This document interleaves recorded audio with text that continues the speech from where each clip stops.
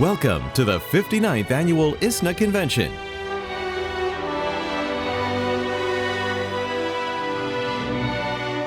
Resilience, hope, and faith. With hardship comes ease.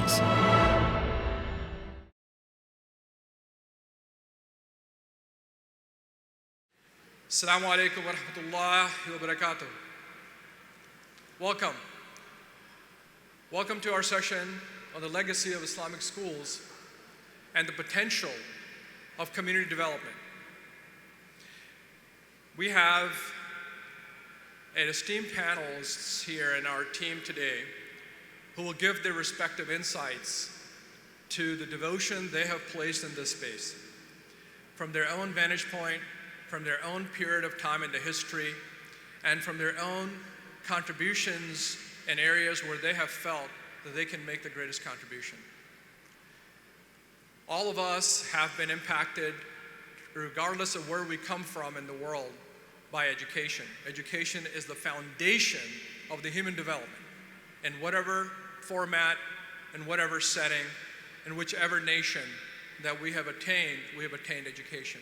In this context of America, today, we will be discussing Islamic education, its role that it has played so far. While your introduction in your booklet says 60 years, but the history of Islamic education began in the 1930s with the indigenous Muslims, the African American Muslims, who began to address a problem in the public schools that they faced in segregation and misrepresentation and the lack of focus on the African Americans, especially the Muslims. And so Clara Muhammad School in Milwaukee were the first set of schools, formal Islamic schools that began. So I'd like to begin with the indigenous historical notion and the foundation building of Islamic schools there. My name is Rehan Dower. I'm from Washington, D.C. It gives me a distinct pleasure and honor to be a moderator and your host for this event. My objective today is to invite each one of our panelists up here to speak about 5 to 7 minutes about their verticals and what they have been doing. Enlighten you a little bit more than what you may be aware of their work and their contributions in their various geographical areas. Then I'll request all of our panelists to have a seat, and we will have a conversation today, a deeper dialogue conversation where I will pose certain deeper questions that are hopefully relevant to all of you, and hopefully you can leave here today with the feeling that you gained something meaningful that you can take back with you, either intellectually, emotionally, or action-driven, that you can do within your own community to better our society through the Islamic education, inshallah. Also, there will be an opportunity for asking questions. We will request that there are cards that you can write your questions on, pass it forward. We'll filter them and be able to ask the questions of the panelists. So with that, what I'd like to do is give you a brief introduction of some of our speakers. Our first speaker today would be Sister Magda Al-Qadi Saleh. She is coming from Tampa, Florida. She's been leading Islamic schools in Tampa, Florida since 1992 and is currently the head of school of Bayan Academy. She's also the vice president of ISNA, the president of Radiant Hands, and is the founding treasurer of Florida Islamic Schools Association. She has a master's degree in public health, and her goal is to empower individuals to reach their utmost potentials in a way that is most pleasing to Allah subhanahu wa ta'ala. With that, I'd like to invite Sister Magda to the podium.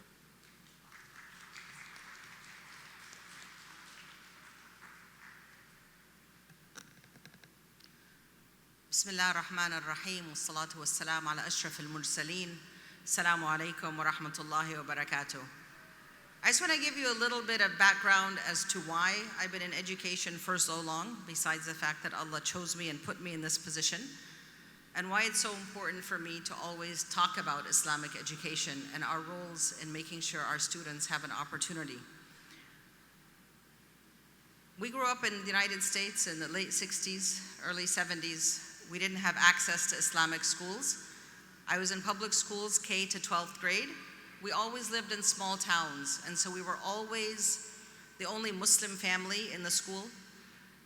And being girls, that meant we were also the only hijabis in the school. We always felt different. We felt we didn't quite fit in. I graduated from high school in 1984, and until then, Islamic schools did not exist outside of the Clara Muhammad schools. My older sister and I always wished we had the opportunity for a different type of education. And when I got married and had kids, I made the commitment that none of my children would be in a public school after grade 3.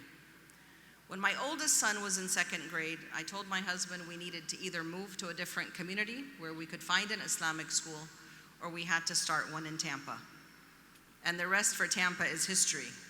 We worked with a group of families who had raised some funds, had set up the legal documents, and in 1992 we opened with 95 students, K to 9th grade, and another school opened at the same time with 72 students, K to 9th grade.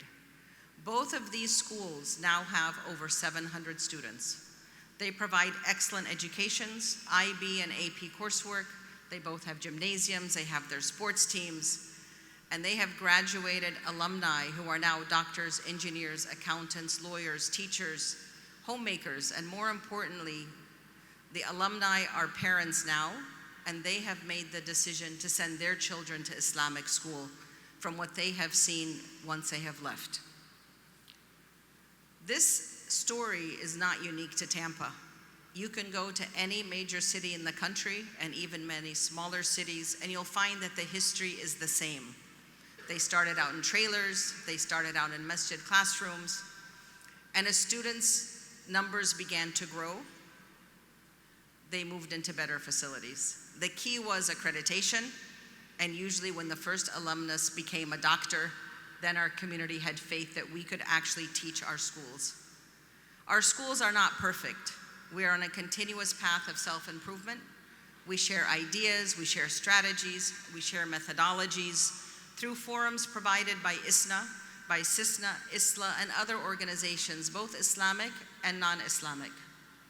To parents who choose not to put their children in Islamic schools, I will tell you, there is nothing that a public school can provide that is worth the chance of losing your child, either as a whole, either their aqeedah, their family belief, their belief in family structures. Nothing in the public schools exists that is worth that risk.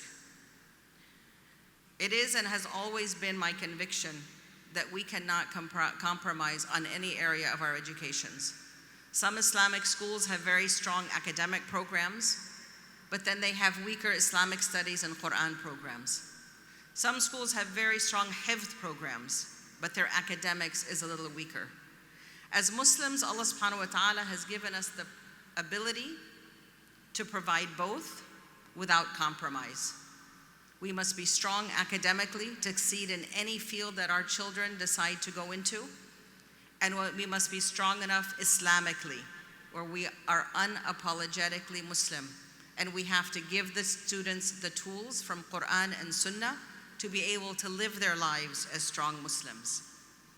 So what about the students who are not in Islamic schools? Statistics tells us, and we know from our own communities, that less than 10% of our Muslim children attend Islamic schools. The question is it because our parents don't believe in Islamic schools? Do they believe that public and private schools provide a better education, or are there different reasons? The number one reason, by the way, is there are not enough Islamic schools. Most Islamic schools that I communicate with are beyond capacity. We have waiting lists that are 15 to 20% of our student bodies, and we can't accept any more students. Many of our schools are too expensive for parents to afford, especially if they have more than one child. And I've seen families rotate kids in and out of a school so that every one of their children gets a few years of Islamic education. And many Muslim families live in rural areas, and they're too far from an Islamic school to commute. So what happens to these 90% of Muslim children who are not in our Islamic schools? The state of our society and the state of our public schools is on the decline and has been on the decline for the past 30 years. Parents who never attended public schools may have difficulty understanding the full depth of issues that exist there. They may not see the disconnect between what is happening in public schools and what we're teaching our children at home. Our children are bombarded on a daily basis with issues of gender fluidity, questioning the existence of Allah, Islam, creation. They're faced with crime, drugs, alcohol, boyfriend-girlfriend interactions, and sex. They are not things we may want to think about. They may not be things we want to talk about, but they are things that we cannot fool ourselves into believing will not impact our children. As communities, as masajid, as Islamic schools collaborating with the masajid and the communities, we must create a structure to provide a safety net for this majority of our Muslim children. We must know what they are facing. We must be informed. We must play a process of talking to them about everything, no matter how uncomfortable it makes us. We must be actively involved. We must be supportive, and we must be, again, unapologetically Muslim. Finally, we have to focus on what we are trying to achieve. For if we don't know the goal, we won't know the steps to take to get there. What is the vision of our children 20 and 30 years from now? And what must we do to achieve that vision? What is the vision of our communities 20 and 30 years from now? And what must we do to ensure that we achieve that vision? My other panelists will come forward and give you their thoughts, and we'd love to answer your questions. What I would like to leave you with, always trust that we can, as Muslims, serve each other. We are good enough. We are better than what many of us believe we are, and we can achieve great things if we rely on Allah subhanahu wa ta'ala and we work together. Jazakumullahu khairan.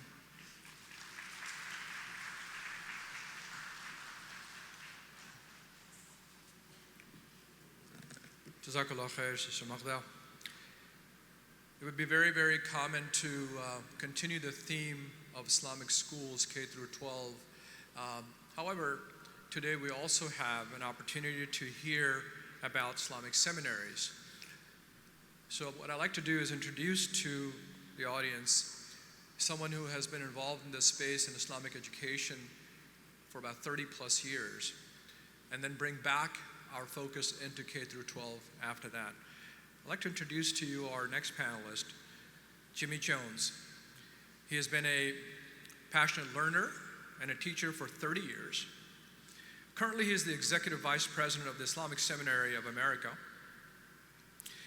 where they're focused on the Islamic understanding deeply rooted intellectually and the relevance and contextuality of current times, which we would say the 21st century. Their goal is to produce thinking leaders, both male and female. He holds a Bachelor's of Science in Teacher Education History from Hampton University and a Master's of Arts in Religion from Yale Divinity School and a doctorate in Ministry, Christian Muslim Studies from Hartford University for Religion and Peace. Dr. Jones's research and writing interest and focus on social culture, impact of prejudice, and the intersectionality between sexism and racism in Muslim communities. The one thing I would like to emphasize during the panel is that North American Muslims must prioritize building multiple quality higher institutions in order to make Islam indigenous to North America. To speak further on that, I'd like to welcome Dr. Jimmy Jones.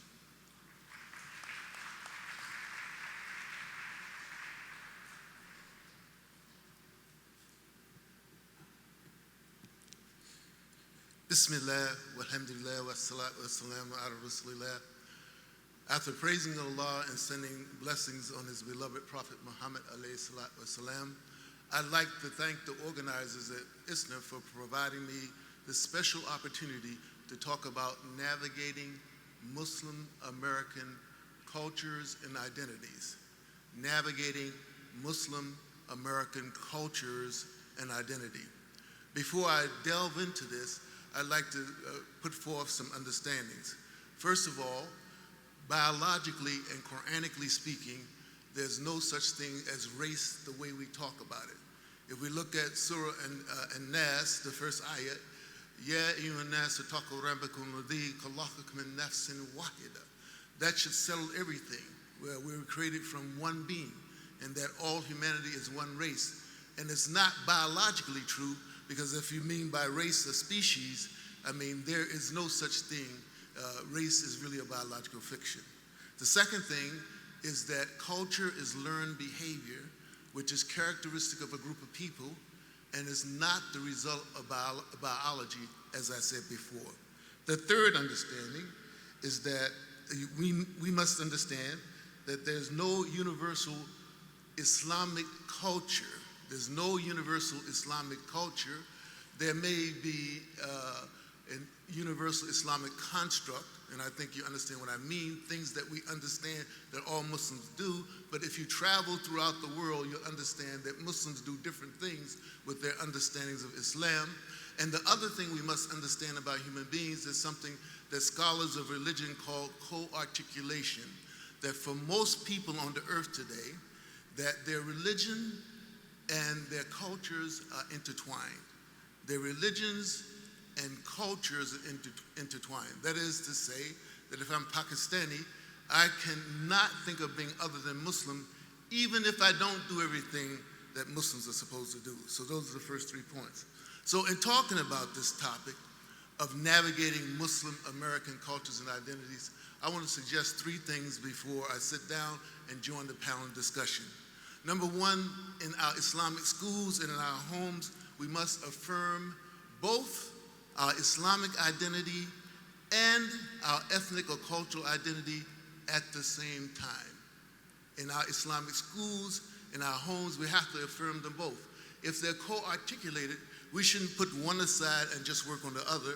We should work on them at the same time and help our youngsters understand that the difference between the two, but the richness of the intertwining of the worldwide construct of Islam with particular cultures. The second thing is that we must build relationships between our ethnicities and cultures when our children are young. We should have field trips. We should pair with schools that are from different backgrounds. We should make sure that the schools we develop are welcoming to everybody else.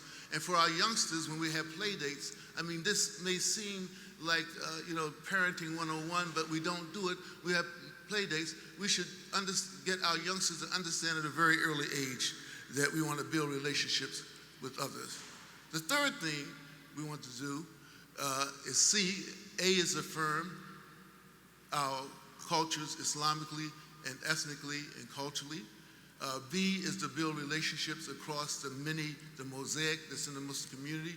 And C is to collaborate both within and outside the Muslim community for good. I mean, again, the point is this may seem obvious, but we don't think of it as navigating Muslim cultures and identities. As we think about this topic, we ought to think in ways that broaden the way we think about race. We should take the Honorable El-Hajj Malik Al-Shabazz as an example, who was a lifelong learner, and in his famous autobiography of Malcolm X, after he made Hajj, he said this, and many of you know this quote, "I am for truth, no matter who speaks it. I am for justice, no matter who is for or against. I'm a human being first and foremost, and as such, I'm for whomever and whatever benefits humanity as a whole." Thank you for listening. Assalamu alaikum wa rahmatullahi wa barakatuh.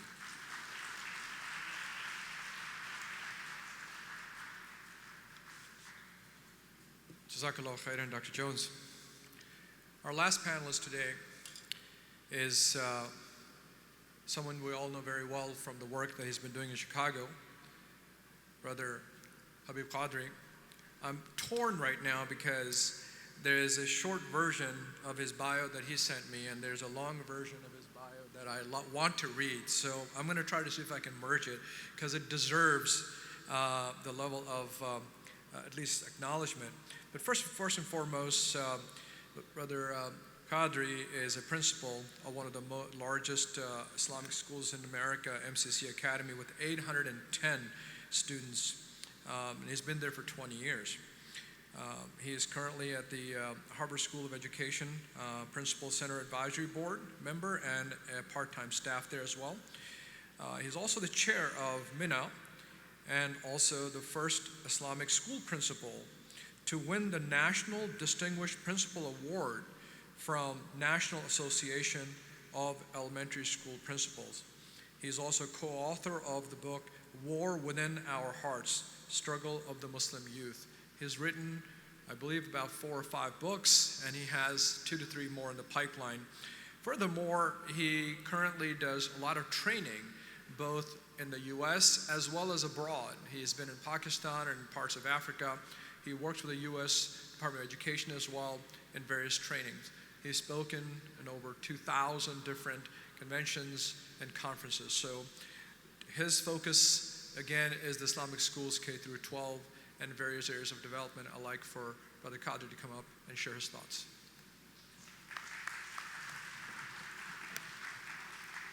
Assalamu alaikum. Alhamdulillah, alhamdulillahi rabbil alameen, wa salatu wa salam ala rasulil kareem. Education is something I'm really excited about. I had an opportunity, grew up here in Chicago, went to Chicago public schools, went to the Sunday schools, complained about Sunday school. My father said, do something about it. So when I graduated at the age of 14, I started teaching first graders, had a passion for it, enjoyed it. My father was one of those, and mother were the few families who were really like, go into this field. I was like, you okay? They're like, yes. All right, so I went into this field. It is so important because education, not just Islamic schools, right? You have about 80 to 90% of the kids don't go to full-time schools. But I'm talking about the weekend schools, the maktabs, the Dar Uloom, after-school programs, whatever we are doing in our communities, may Allah reward all of you. And the individuals who are trying to establish something in your community, may Allah make it easy for you. But I just want to start off for the first initial remarks, and then we're going to go into Q&A. But the first things, I just have 6 things I think what we're trying to focus on. If it's a full-time school, if it's a weekend school, or if it's a Dar Uloom or a youth group, first and foremost, we want to make sure our kids have that identity of who they are, right? You want to have that sense of belonging and to make sure they understand that to be proud of Muslims. The second thing is not just for them to have a better understanding of who they are, they need to make sure they have the understanding. And that's making sure they have the proper knowledge and guidance from specific individuals through the imam, through our teachers, Islamic studies teachers, whoever they are meeting with, that they have that understanding. Number 3 is that you want to make sure they have an environment for them to be more comfortable of who they are, and also getting the proper knowledge. You also have to set them up in an environment where things are easier for them to understand. Number 4, you want to make sure now they have that environment, or you're trying to develop that environment, you're trying to give them that understanding, but it has to be relevant. Many times when I speak to ulama or scholars, I say, look, it's not about just knowing the content, it's to understand, because scholars, you know the content. I'm trying to help you understand what the context of the child is so you can disseminate it in the way for them to understand it. So that's number 4. Number 5 is what we're trying to do is not just for them to just regurgitate information, just to know information and just say, I'm proud to be a Muslim, wear a t-shirt and feel comfortable, but to make sure they become community builders. For them to be, when they're feeling comfortable, when they're feeling proud, they want to share that with others in building their masajids, the schools they are, to go back and develop them and take it to the next phase. Because we always need to improve and do our best, and inshallah, Allah subhanahu wa ta'ala will take care of the rest. Number 6 is to make sure just not their own community, but realize that we are in the Muslim, our world is the Muslim mosaic, the Muslim American mosaic. And it's so important for us to understand and inculcate in our children that they themselves are not just making sure they're taking care of themselves and their community, but the citizens of the country they live in. To be proud of being Americans, but being proud of being Muslims and making sure you navigate in the most proper way so you could be the best in this world and the best in the hereafter. And then last thing is to make sure citizenship. As we get involved, we want to make sure that the idea and the philosophies and values, as we navigate through their lives, that they also make sure that they are engaged in this world, in this state, in this country, to make sure it is not just good for them, but for others who are living with them and their fellow neighbors. So inshallah ta'ala, these were just small 7 points. When I make it to the point, Hopefully, again, identity, understanding, environment, relevance, community builders, civic engagement. May Allah subhanahu wa ta'ala bless you guys, and inshallah, wherever you guys are helping out, remember Allah is watching you guys for doing the work, and inshallah ta'ala, we'll get some hasanat in this world, but inshallah, in Jannatul Firdaus. Assalamu alaikum.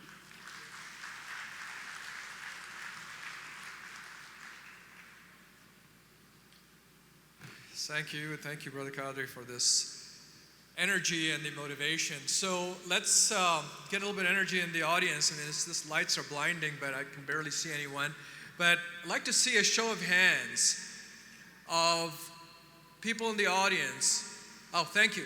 And by the way, while you're listening to my request so quickly, if there's a way to get a microphone up here that we can pass around and talk, that'd be great, because there'll be a Q&A session.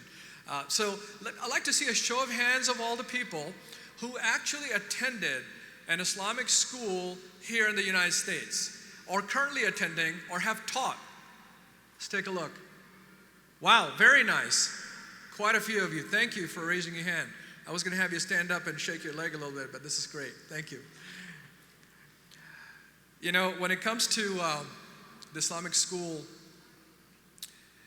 we may not truly realize that it is the foundation. If I was to use a human body as an analogy, it is the vertebrae of the human existence. The level of attention that we're placing, it's astronomical.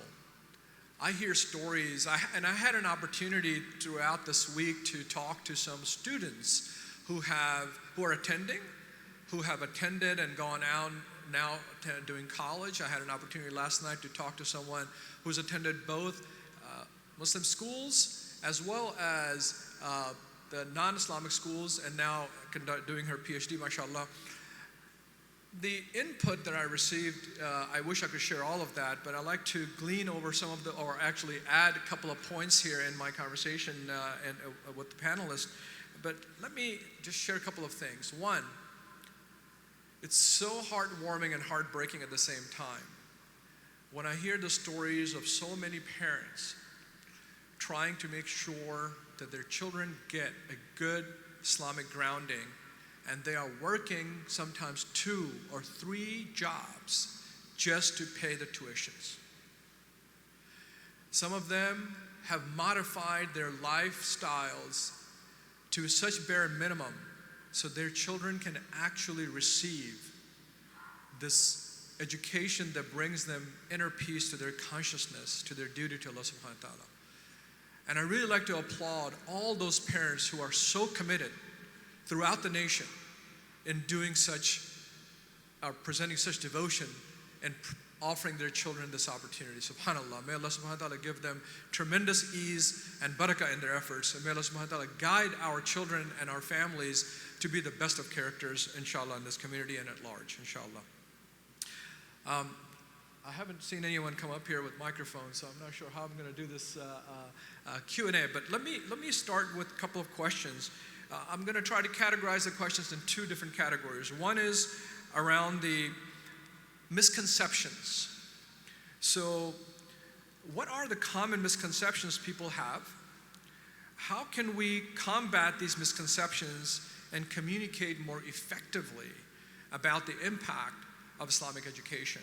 So for that, I'd like to invite Sister Magda up here to share some of her thoughts, and then I'll request perhaps Brother Qadri to also, and I'm focusing on K through 12 right now.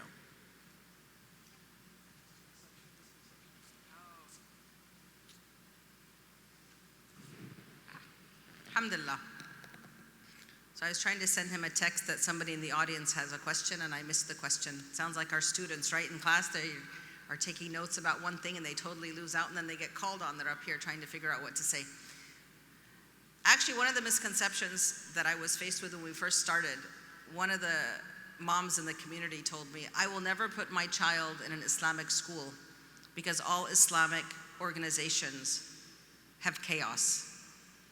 And I told her there's no such thing as the word Islam and chaos being in the same sentence. If you see chaos, it's because it's not being run Islamically. There's another idea of Islamic schools where everybody is Muslim. the administrators, the students, the parents, but how we treat each other and how we view education may not follow what Islam has taught us.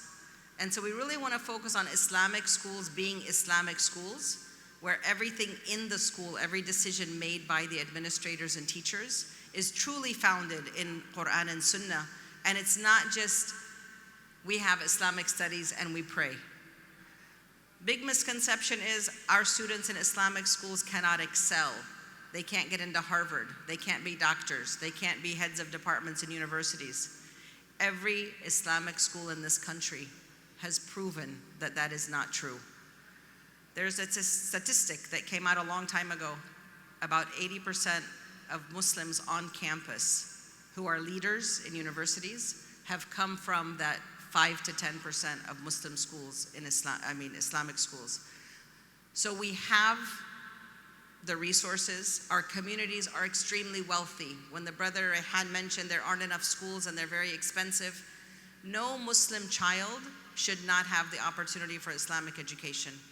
But our wealthy members of the community are maybe less wealthy, but they have a little bit to offer, should be able to provide scholarships for every student who wishes to attend, and we should be able to build more schools. Assalamu alaikum.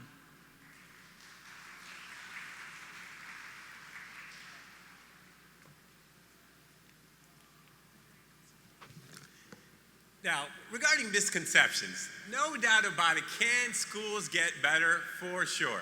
Weekend schools, full-time school, youth groups, we all have to make sure things have to get better. What I get worried is that when we as individuals, when it comes to Islam, we always use like, well, this is a negative. We always are looking at the glass half empty. And why I bring this up, when people ask me and say, well, would you, if you weren't the principal of the Islamic school, would you send your child to the school? Or even a weekend school, full-time school, whatever it is.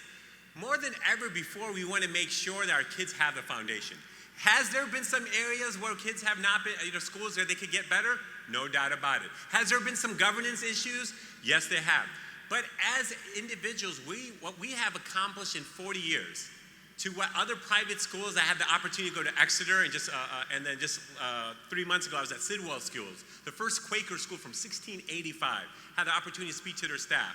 So what you'll see is that they've all had 200, 300, and they still have their growing pains.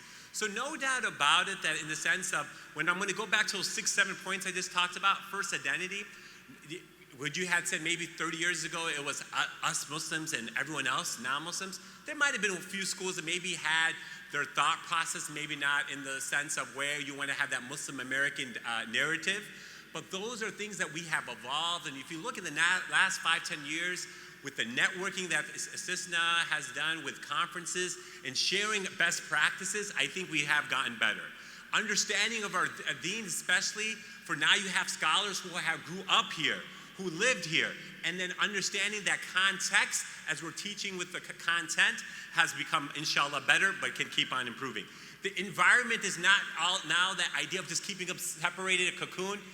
You realize many Islamic schools now realize it's so important to be involved in the sports and the academics, being involved, engaged in many of the district competitions and opportunities, and being engaged in the community and civic engagement is part of our deen. And so I think there's been development. Ken, if someone had brought up the question that is there some ways that things have not gone well, no doubt about it. The school I was at had 7 principals in the first 14 years. Things happen.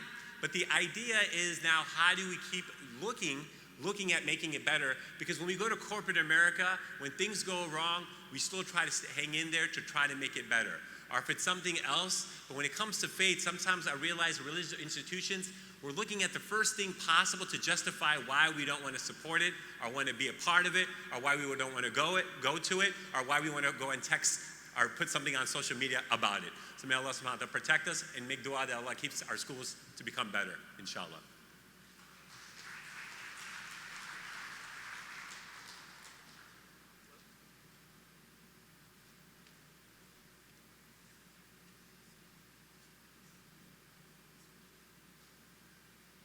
Hello?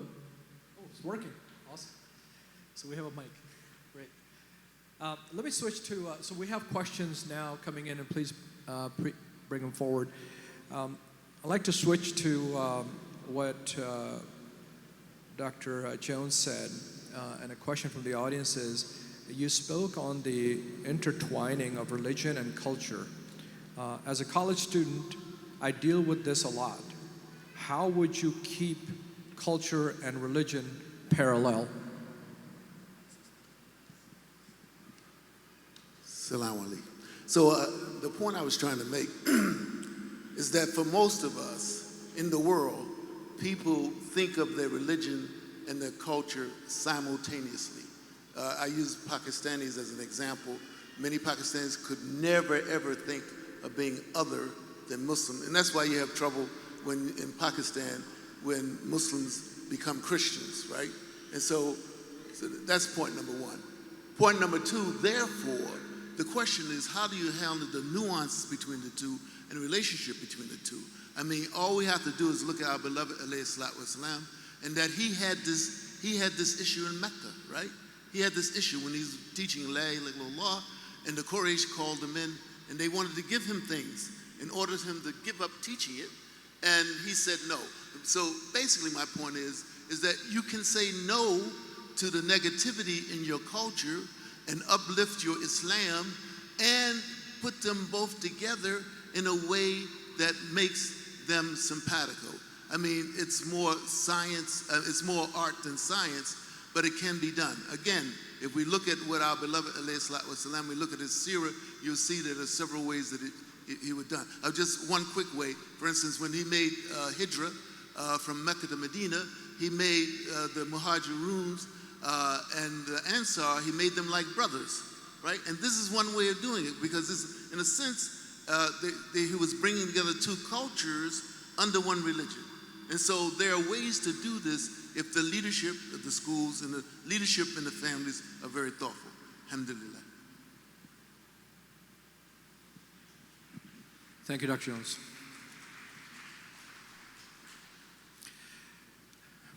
Coming back to K through 12 specifically, there is the foundational development that's happening, the social, the emotional intelligence, the ability to find their own identity, the ability to understand the diversity within the Islamic or Muslim population, and then their ability to uphold their own personal self-esteem. There are often concerns about the challenges that schools today face. Students specifically voice their concerns about certain degrees of emotional distress that they feel. I'd like to ask Brother Qadri if you could share your thoughts on what are those challenges that you, either in your school or you're aware of other schools that face when it comes to the social emotional development side. And then what are some of the things that are being done to address it where their self-esteem is not impacted negatively?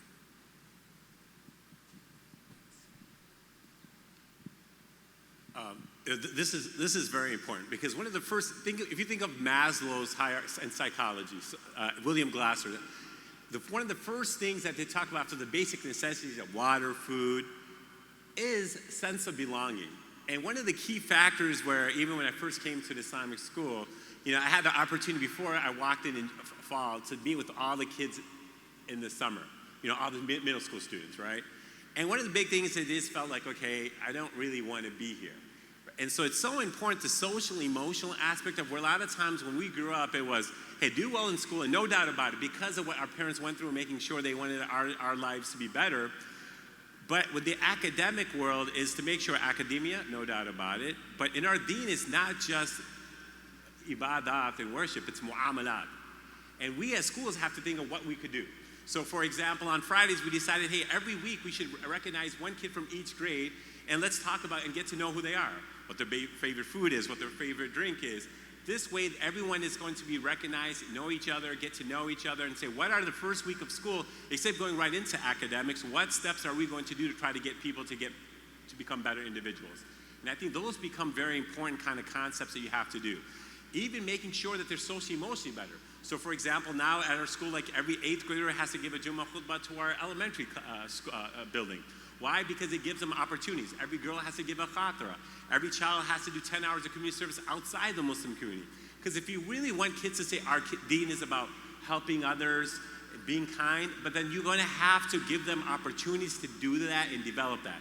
That means at least 3-4 times a year, try to do a community service. Or maybe adopt a park. On Saturdays, we have a park that parents could, as a family, go and clean up. And they have an opportunity. So that way, the only way when we talk the talk, but until kids don't get to walk, and that means also our teachers, in the way we're engaging with the students, the way we're talking. I've been there for 21 years, and people ask me, why do you still do parking duty? Because if the staff doesn't see that the principal or the superintendent's not doing parking duty, why are they going to do duty? If I don't go and sometimes do lunch duty, why would they want to feel? Because if everyone feels like, hey, they are part, or the kids see that I'm smiling, and the only time they don't see the teacher or the administrator is when you're in trouble, that's a problem. And that's the beauty of the Prophet ﷺ, was that the Prophet, when everybody wanted to be by them. And this is where you got to separate culture and that. If I could take that last question. When I first got there, people said, Mr. Khadir, you're just kind of too funny. You joke around. You wear costumes.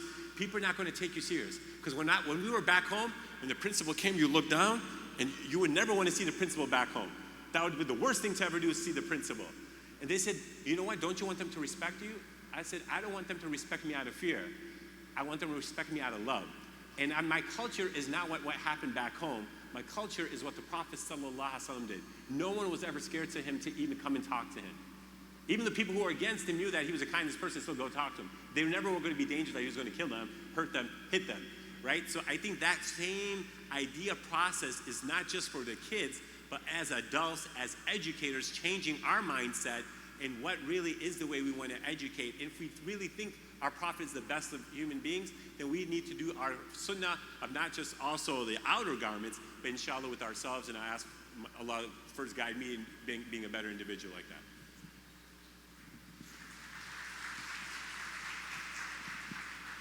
Jazakallah khair. This leads me to the deeper element of how we deliver this. So you are one accomplished individual who brings the level of energy, passion, and purpose to this, and have devoted and shown what you can do. The ability to clone you hasn't come about yet. However, how do we look at our administration? What are the criterias that are being used today? What the limitations that we face? And perhaps all three of you guys can talk about it from your areas of involvement. Three key things. One, your teacher quality, their ability to actually deliver on those requirements that are needed to develop our children, not just in the content of Islamic studies, but in the social emotional development, in the what people call secular studies, which I don't subscribe to. All knowledge is from Allah subhanahu wa ta'ala. And so that's one area in terms of teacher criteria. Number two, from the parents, what kind of expectations are being placed when it comes to parents' involvement? And if you could elaborate a little bit more on the conceptions and misconceptions that parents might have today with respect to this. So teacher quality and parents' expectations. So Sister Magda, maybe you can start. Assalamu alaikum. It starts from the top and it trickles down. Like Brother Habib said, if everybody doesn't see you walking the walk, they're not going to walk the walk. A lot of it is about training, whether it's teacher training or parent training. We all need training. We're all coming from different cultures. We have at our tiny school of 165 students, 29 different ethnic backgrounds. Every person comes in with their culture, with their belief system. And so we have to make it very clear from the beginning, what is our goal? And if you come to our school, that has to be your goal. But it doesn't just happen. People have to be integrated into the process. A lot of discussions, a lot of town hall meetings, a lot of clarifications, no fear to answer questions. A lot of administrators have a real fear of parents. They don't want parents involved in the process. Without parents, we have no school. So parents are an integral part of our process, and teachers are the backbones of our school, and we have to invest in them. But before we can make that investment, we have to be very clear ourselves of what is our goal, what are we trying to achieve, then getting everybody on the same page, and then making sure the teachers can get those same ideas in place in the classrooms so that the school is all moving on the same track in the same direction. And at the same time, there's always room for growth. So always open the door for communication so that input is taken. This year we went through a lot of changes at our school. And the first couple of weeks, a lot of our high school students started sending us emails. We don't like what's happening. We don't like what just happened. We went back and readjusted a lot of things those first 2 weeks to make sure that we were all in alignment. And we tell them to keep us on track the same way we keep them on track.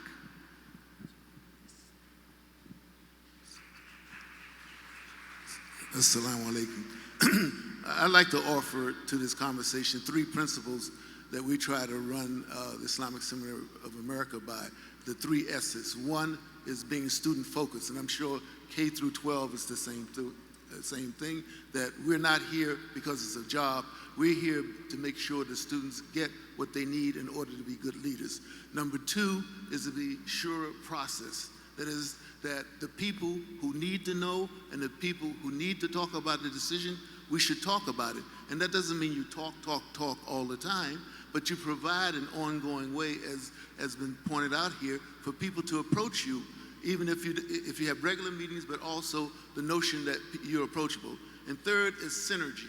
The Islamic Seminary of America would not be where it is today without partnering with institutions inside and outside of the Muslim community, point blank. I could talk about that more, but the institutions that both my colleagues here, they lead, they do this. They make sure that their students know about the outside world and can function in it.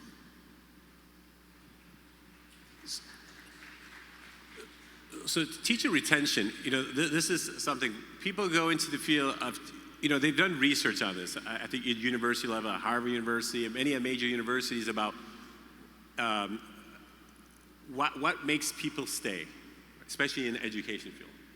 Okay, salary is not like the number 1 reason, but if they realize that they feel like they have, people would stay at a school if they feel that they're being appreciated, they feel they could grow, right? They have opportunities, and they feel valued, right? And I think this is so important that what we have to realize, even in schools, we can't just be like this, Allah subhanahu wa ta'ala will bless you in the hereafter. Yes, inshallah, Allah does that. But then what are you as a human being? The Prophet didn't say, look, just do it, it's Jannah. He still made people feel appreciated. Thank you so much for what they've done, because he knows things are going to happen. When the Prophet, after one of the rewards of one of there was a caravan of some goods. When they went to Medina, he gave the people of Medina more than the people of Mecca, and then some people from Mecca kind of felt uncomfortable, like we've been with you for a lot. But he had to remind them, like, look, you're my core. But sometimes I have to do others. So important as leaders, we have to explain to them why we're making a decision on something, why, and then being open for them to let them say something if they feel uncomfortable. If our beloved Prophet of Allah still let people ask questions about his decision, who are we, right? And so I think it's so important for us to go ahead and do that. And the second thing regarding parents, we have to get parent engagement. If that means not just waiting at the end of the year, but having, like at our school, after a year and before COVID, but first in a quarter and a half, we let kids evaluate the teachers, fourth grade and up. So that way, we're not waiting to the end of the year and say, you know what, you did a messed up job. In sports, the coach doesn't say, first quarter went bad, this game's over. Halftime, they're going to reset so they have enough time to make the adjustments. The coach might make adjustments, or she might make adjustments in the middle of the game. So we as individuals also have to look at and saying, getting the feedback from them, having that dialogue, transparency, and knowing that we can't get everything changed, but if every year we could tell them, here's 2 out of the 10 things, here's 3 out of the 5, those are things that we could do at a full-time school, weekend school, and then making sure people are appreciated, inshallah.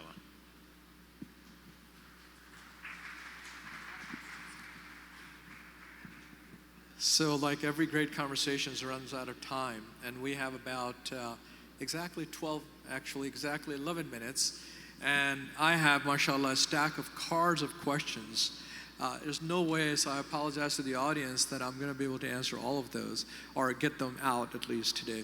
So given the few minutes of time that we have, I've selected a couple of topics out of here that might be valuable, inshallah.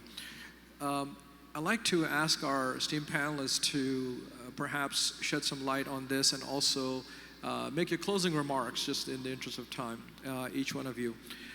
So this is a deep space. There's a lot that we need to learn. There are a lot of challenges that have to be addressed. The past is what it is. The present is where we are. What does the future look like when we look at the next 10 years?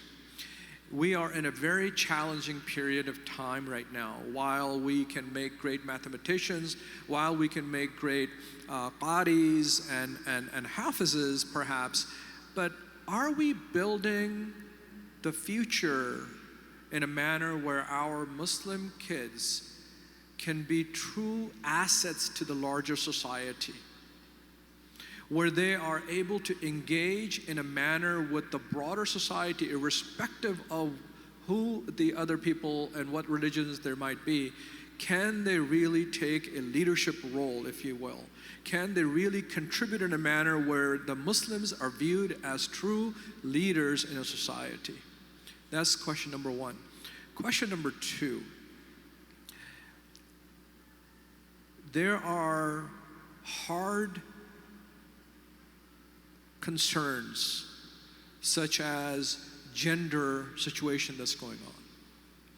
The LGBTQ movement is very strong, not just in non-Muslim community, but it's also coming into Muslim community.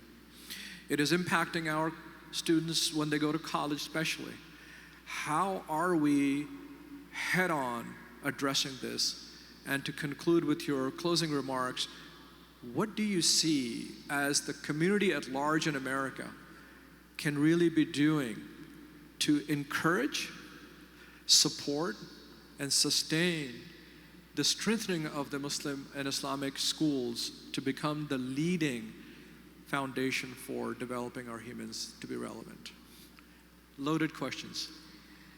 Okay, so each one of those could take an hour to answer. I'm going to start with the last one, just based on what we've seen. If we are reaching out to the community at large and making them aware of what we're doing, we always get their support in return.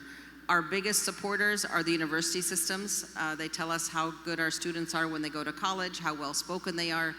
The biggest doubt lies among our Muslim community and not with the non-Muslim community. Yes, those tough issues, and I'm going to let Brother Habib talk about that also. But we really have to invest, when we look at who we're hiring for Islamic education, we have to invest in scholars and not just somebody who can teach some Islamic studies. And we have to invest in scholars who are very comfortable with the American culture and who are very comfortable discussing these issues and can talk to the students about them from a historical perspective, from an Islamic perspective. And one of the things we focus on is we are not judging students. Our job is to teach them, our job is to guide them, our job is to give them the tools, our job is to make them torchbearers where they guide with light. And then we rely on Allah subhanahu wa ta'ala to guide them and protect them and guide all of us, inshallah.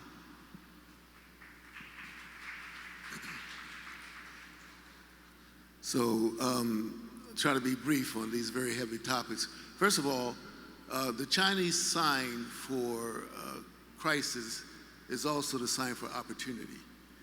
Second of all, when our beloved alayhi salatu wasalam made hijrah, it was after a crisis. And the hijrah changed the world. The hijrah from Mecca to Medina changed the world. I mean, I don't think I have to tell this audience this, but it came on the heels of a crisis. And third, let's go back to LGBTQ. And let's throw in Roe versus Wade while we're at it, all right?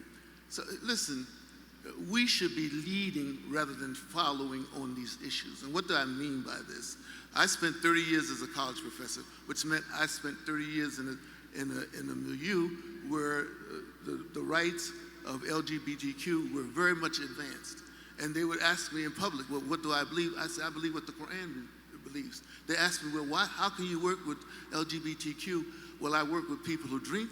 I work with people who have sex before marriage. Why would I just choose the LGBTQ not to work with them? And when I left that college, by the way, and this is about how we carry ourselves, there were a couple of gay men who cried the most. I couldn't believe it because I treated them as human beings. The final thing is, what can we do to contribute? It is absolutely imperative that we support these K-12 schools and also support institutions of higher learning. We can't bring them through Islamic K-12 schools and send them off to colleges that teach against Islam. And so we need higher education. We need more than one seminary, like the Islamic Seminary of America. We need different seminaries. Support higher education as well, please. And I think the future will be bright for us in America, inshallah.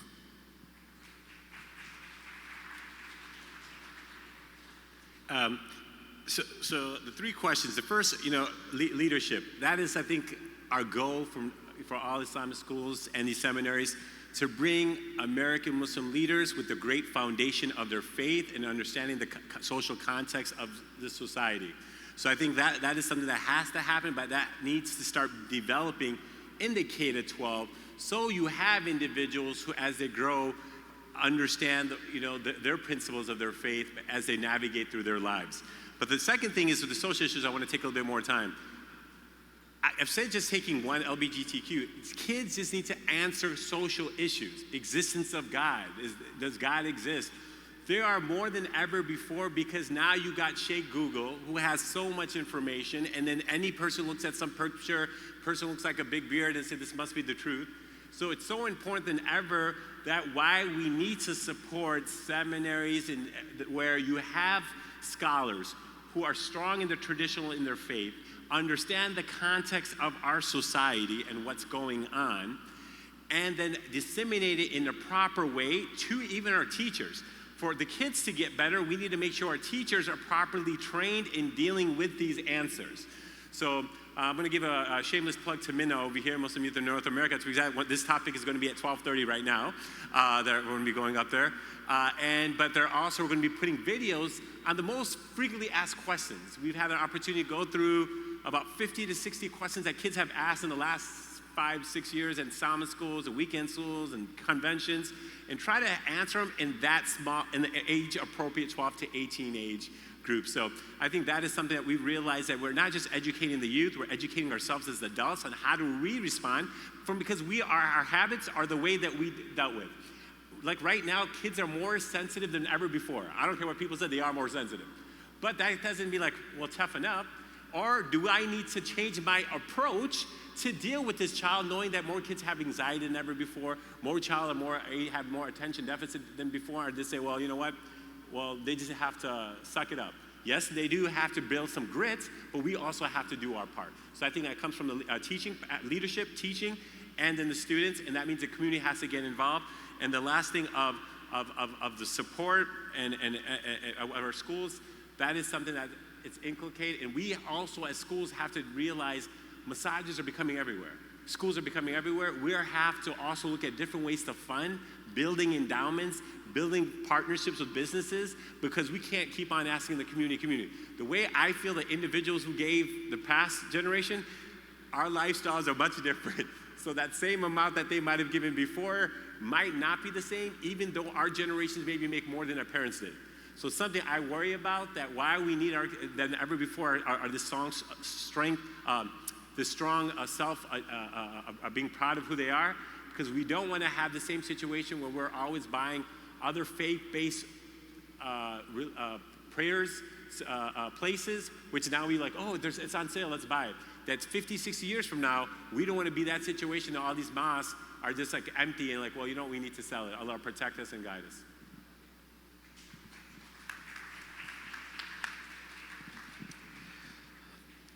First of all, I want to give you a trophy, each one of you, for conducting that so succinctly and just the right amount of time where we can close on time. So Jazakallah khair. Sister Magda, you're right. Each one of those are very heavy questions. I posed it here because I like our audience to ponder on those questions. We may not have this silver bullet for any of these, because each community is different. There were some questions here with respect to, I live in a small community where there's no Islamic school, and that we only have weekend classes and so forth. Yeah, this is the reality that we are facing today. My takeaway from this today is that we cannot deprioritize in any shape or form the importance of education within the Muslim community that looks both at the rooting, nurturing, cultivating the true Islamic understanding, which builds our future society in a manner that become the guardians of the human society, the Khalifas of Allah subhanahu wa ta'ala, the representatives of Allah subhanahu wa ta'ala, in a manner that solves real problems wherever they might be. As Dr. Jones said, we should be leading these conversations, whether it's on the economic front, whether it's on the social front, whether it's on the political front, whether it is in the areas of civic work and so forth. We Muslims, over the next 10 years, I believe, are in a great position to actually embark on these real challenges, where inshallah ta'ala, with esteemed contributors like this and many heroes around the nation, can actually continue to do what they're doing and build the society. So with that, I'd like to thank our esteemed panelists here for the devotion that they have done so far, presented so far, and for all the audience here today who came to listen, and on all of you who raised your hand, you're going to school. Let's figure out how to make our schools even better for the next decade, inshallah ta'ala. Jazakallah khair. Have a great rest of convention. Assalamu alaikum wa rahmatullah. Welcome to the 59th Annual ISNA Convention.